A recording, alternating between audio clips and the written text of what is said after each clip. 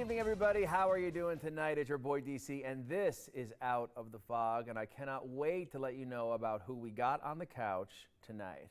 Carolina East is an incredible country singer. She's award-winning. Krista Hearn is the co-owner of an incredible company, and both have a story to share with you tonight. You're not going to want to miss it, and it is something that affects so many of us here at home and around the world, and we're going to find out what they are doing to make impact. And then Jason Piercey, he is the voice of the Rogues. He is co-host with me here on Out of the Fog. He is much loved, does so much, and he has a story to share about a message that he sent out into the world that is getting more feedback than you can ever imagine. We're talking hundreds of messages a day, and we are talking about a very hot topic in the province right now as it pertains to healthcare. This is Out of the Fog. Stay tuned. We will be right back.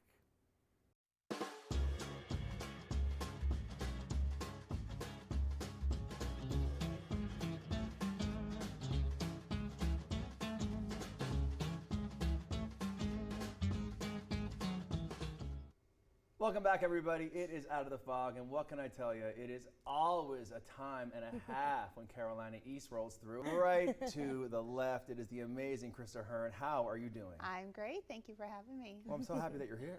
She's an angel on earth.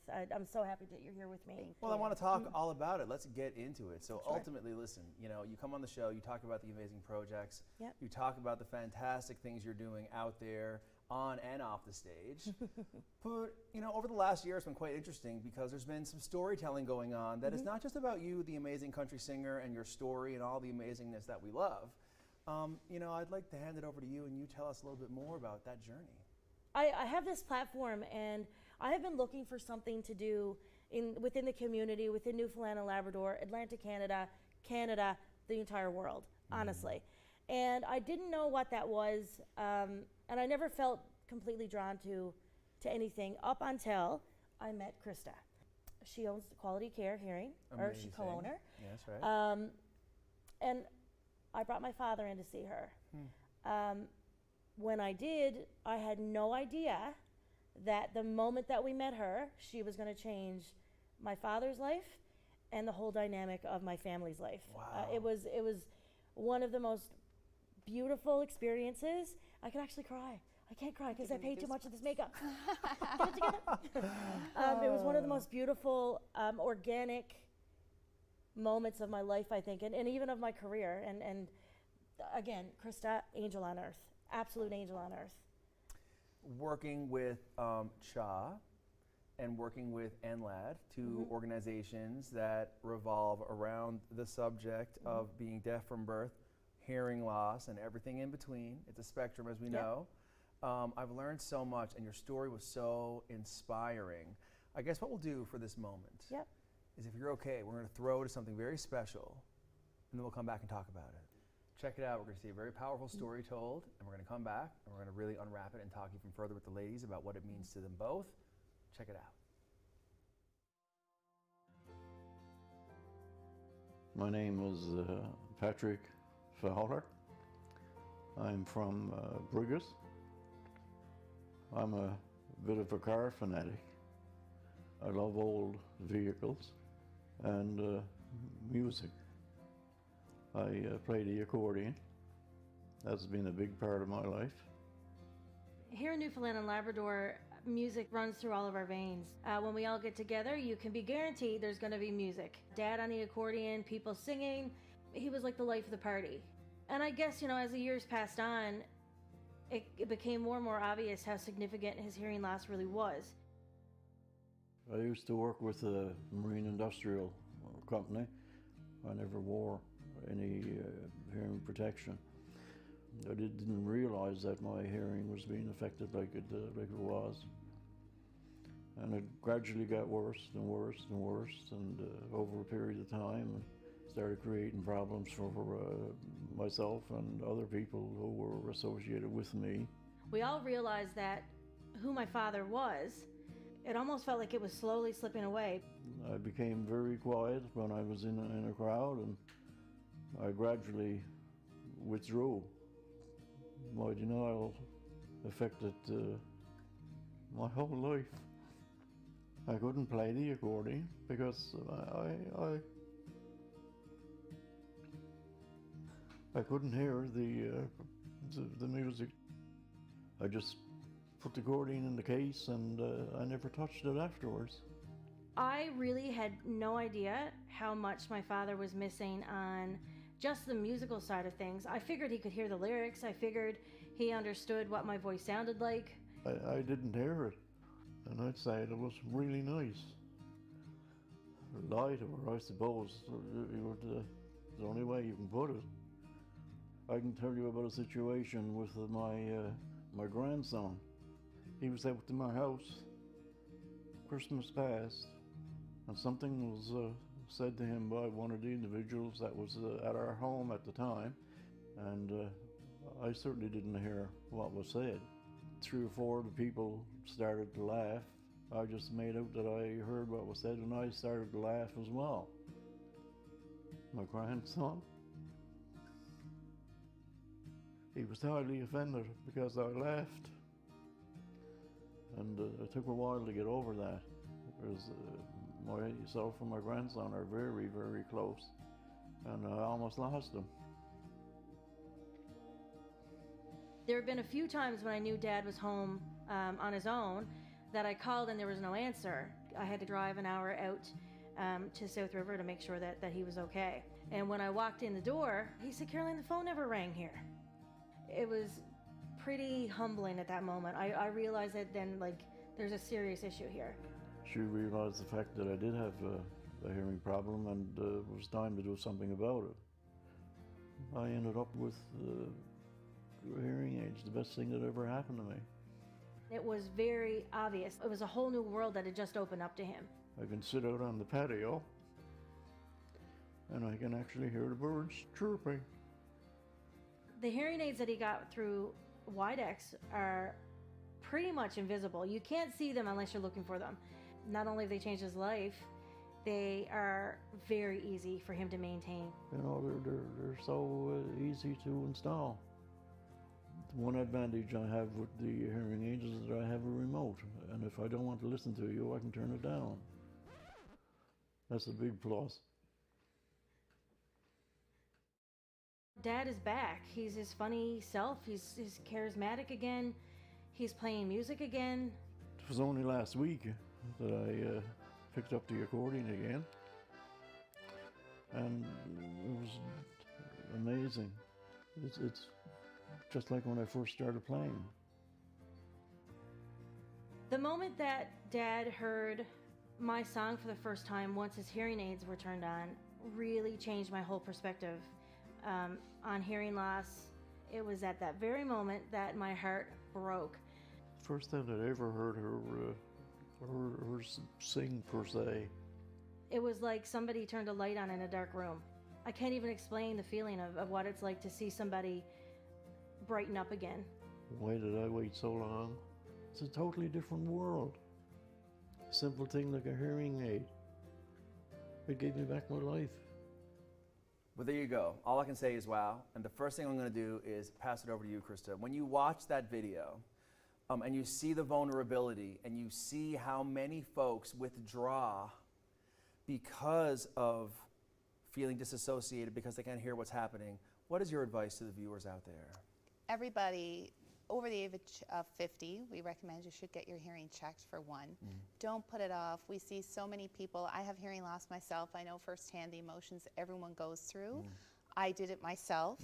You know, feelings of isolation, anxiety, depression, fatigue, dementia. There's so many things related to hearing loss. We often say good hearing health is good overall health.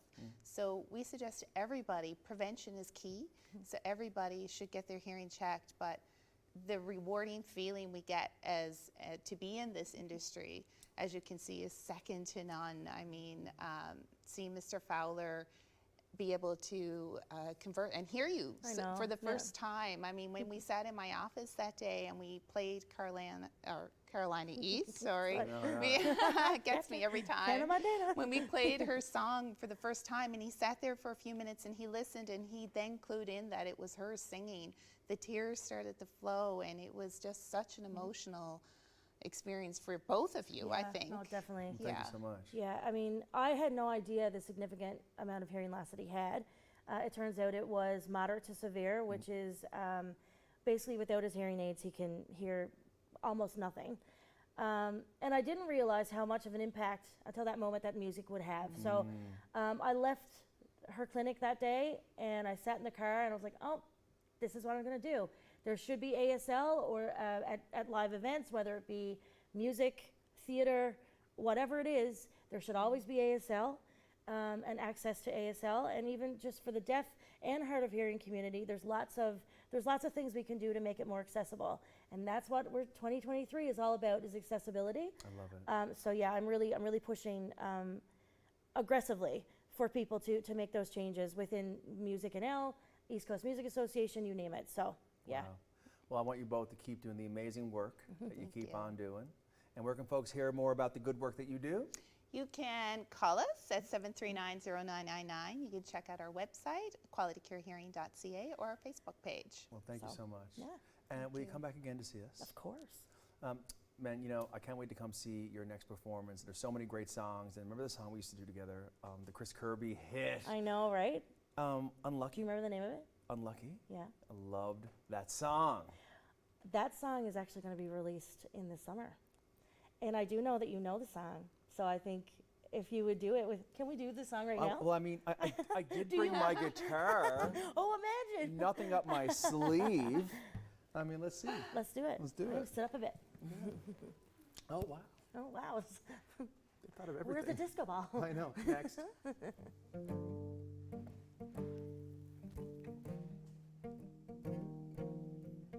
You got to sing some harmonies with me. We'll see. Bring it back. What makes a heart beat out of time? Just give up the rhythm and give up on trying. I'll never know, but I know this. There's no passion left in your touch or your kiss. Oh, was it something I said? This wine and the moonlight must have gone to my head. Don't say it hasn't hit you the same. Oh, how unlucky to feel something that I can't explain. What makes these eyes fill up with tears when I've had it so good for so many years? The fire is gone, the lighter too. I don't know what I did, so tonight I'll blame you. Oh, was it something I said?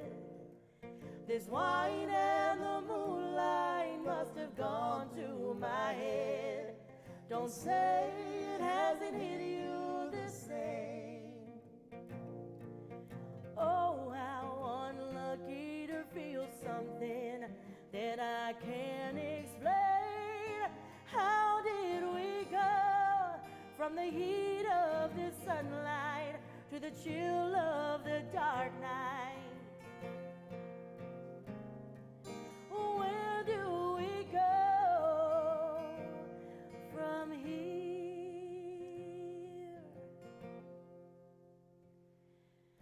Oh, was it something I said?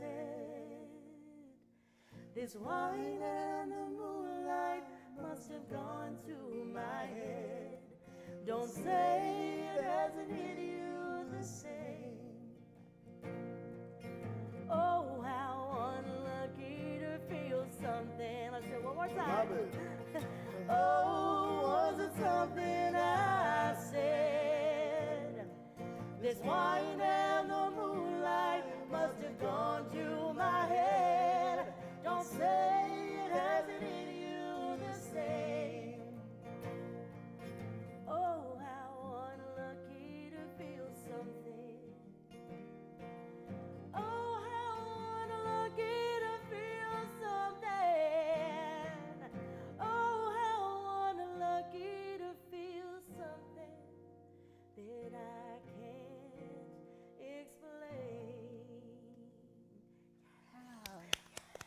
lucky. Oh my God, I love singing with you so much. I love it. Thank you both so much for coming on the Amazing. show. Thank Can you come back so again? much. Oh my God, of course. I love it. Guys, this is Out of the Fog, and we'll be right back after this break.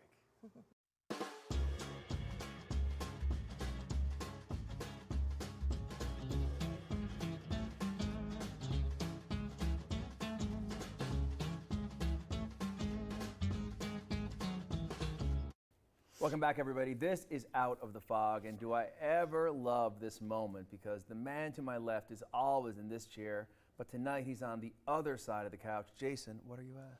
I have no idea. It's so uncomfortable, so awkward. I don't know what to do. I'm like looking at the screen. I don't know what's going on. I know, this is Which wild. camera is it? You? Is it, okay. You know this televised hang and how it's going down. So listen, I wanted to have you come in and hang out today because obviously you're so dynamic and there's so many things that you do out in the media and you support so many people, and it's amazing.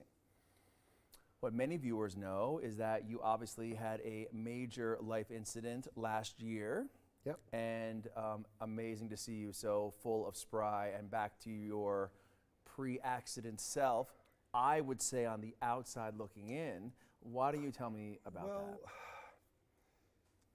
That's a hard one because oftentimes we can confuse people's personalities with their sense of well-being. And as somebody who spends a lot of time volunteering and speaking and just helping spread word across this set to the audience about the difference between somebody's reality and somebody's presentation, like if you run into me at Bannerman, which just happened a few days ago then, because I work from there most days, say, oh man, he's in a good mood, he's happy-go-lucky, he's good, but you don't know that like I limped from the car to get there, and I limped on the way back, and I had to go home and I had to lay down for an hour and a half, and that like I fall asleep putting my daughter to bed at like 8:30 because I'm spent, and then like and I'm in pain always. Like you don't know that. It's the difference between how somebody actually is when their mask is off. But it's not that I put on a happy face. I am genuinely usually pretty cheerful. It's just that it doesn't reflect well on anybody or anything for me to be running around complaining about everything that hurts every time something hurts, because that's throwing in the towel. That's just like giving up, and that's not in my DNA. Agnes and Harold would not be proud if I was just throwing it in. We're not going to disappoint them. Exactly. So, take this life experience and this perspective and this important reality that folks at home are digesting, the fact that what goes on above the waterline can be very different than what we see below. And that's not just in your situation specifically. That's everybody. That's everybody. And that, I think it should be the standard. It is genuinely understood and accepted that everybody is dealing with a thing you have no idea. And we all have tough stuff that we're dealing with all of the time, all of us. And you might have no idea what it is. I mean, maybe like you're always well dressed and you present really well, you look after your body, you appear fit.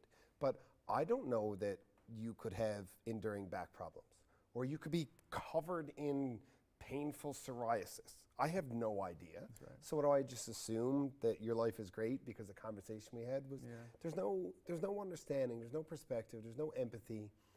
And I think that creates, I'm sort of being the interviewer now, that sort of creates a decent segue, because I assume to some point we're going to talk about a video that I was a part of. Well, this was interesting, right? Because, there's one thing to see a video come out and you do so much of that, but this one I just couldn't stop. And then to see how this became such an unbelievably viewed piece of content, not just here in our own market, but far beyond. Why don't you tell us about that? Well, where I was going with what I was saying earlier is that we all have stuff that we deal with.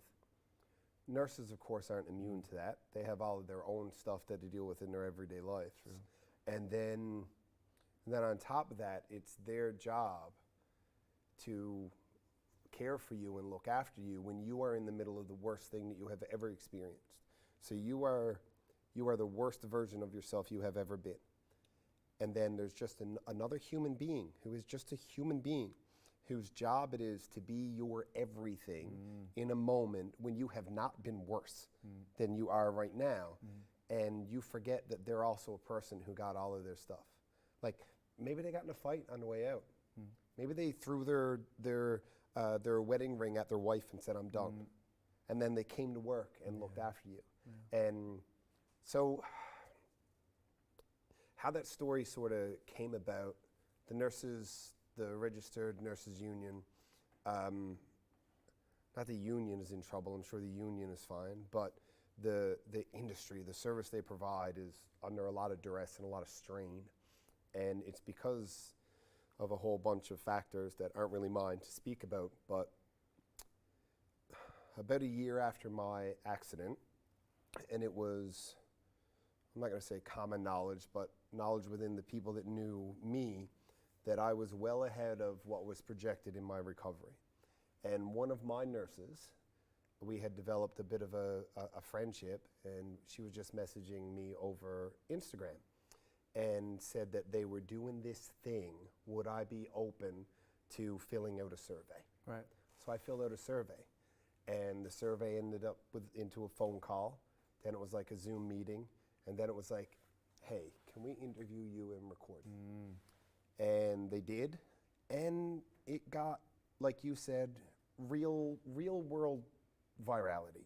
Not just like, I've done a few things that have gotten tens of thousands of views in and around our city, but this is up over 750,000 views globally, just on TikTok. And that kind of has my mind blown. And every day I get hundreds of messages, comments, and from nurses all over the world who are like, I was out in my car waiting for my shift to start, crying because I didn't want to go to work. And then my friend sent me your video, and now I'm crying still, but different, and I can't wait to go to work. So like, it's just it's been very, very eye-opening and humbling, and my heart is very sore and tender, but also feels good. Shall we throw to the clip? Yeah, let's do that. Okay. So what we're gonna, my bad, not my show. Not my show. We can both throw to the clip at the count of 3. Let's throw to the clip. No, this is the Don-E-Coady show. You go ahead. Boz, let's throw to the clip right now. I told the makeup lady I probably wasn't gonna cry.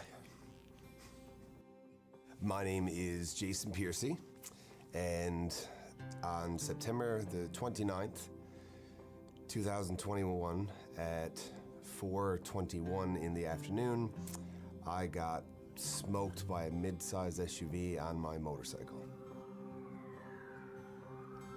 I got banged up real good, real good. I've got about 40-ish pieces of titanium in me now. This whole arm is metal, my whole pelvis. Broke my neck twice, lost my spleen. I was in a coma for, I don't know, better part of 2 weeks, 10 or 12 days. I was in intensive care for those first, couple of weeks I was in the coma or whatever. And then I spent the better part of a week in something called special care or specialty care. There's at least one nurse in that room with you all of the time. I've never been to nursing school, and I don't know if there's a part of their education that somehow teaches you kindness and sensitivity and the emotional support. They're mothers to strangers, to orphaned, injured, dying strangers. Every single day, repeatedly, tens and hundreds of them, always. I don't know what I would say, but I would just want to sit there face to face, to hold their hands, look into their eyes, and just say like, just see if you can see in me what I'm feeling, because there aren't words to tell you how happy I am that you are just a human being, because I wouldn't be one without you.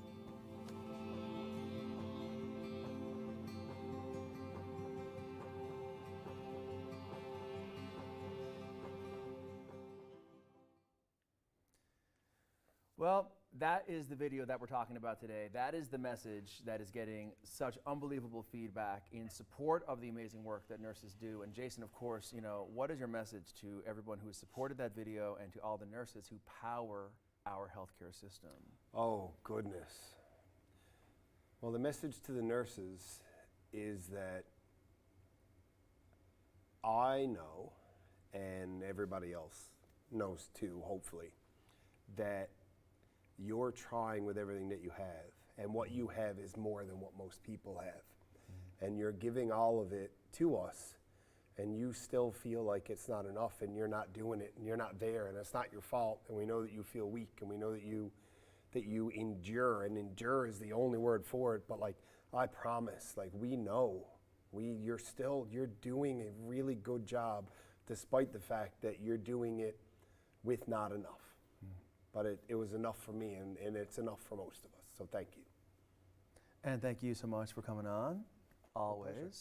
Will you come back and tell us more stories and sit on that side of the couch again and get some time? I kind of like it, it's chill. Oh, yeah? I can do this. Well, I'll Yeah. tell you what, thank you so much. Okay. Yeah, all right, and we'll We'll be right back after this break.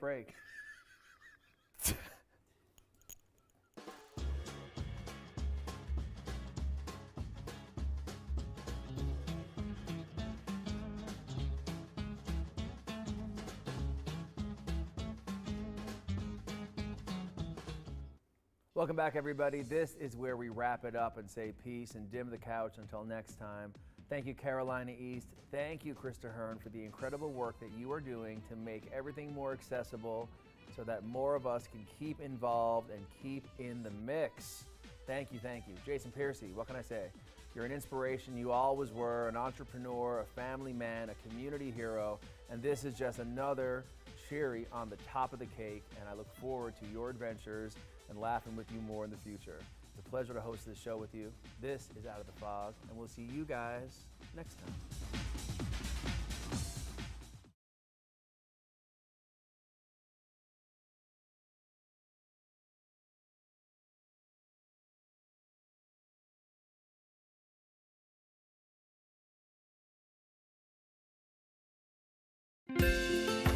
If you have a comment about this program, we'd love to hear it. Email or call us, or send us your feedback through social media. Being stuck in your home during this pandemic also means you have a home. Waiting in line for groceries means you have money for groceries.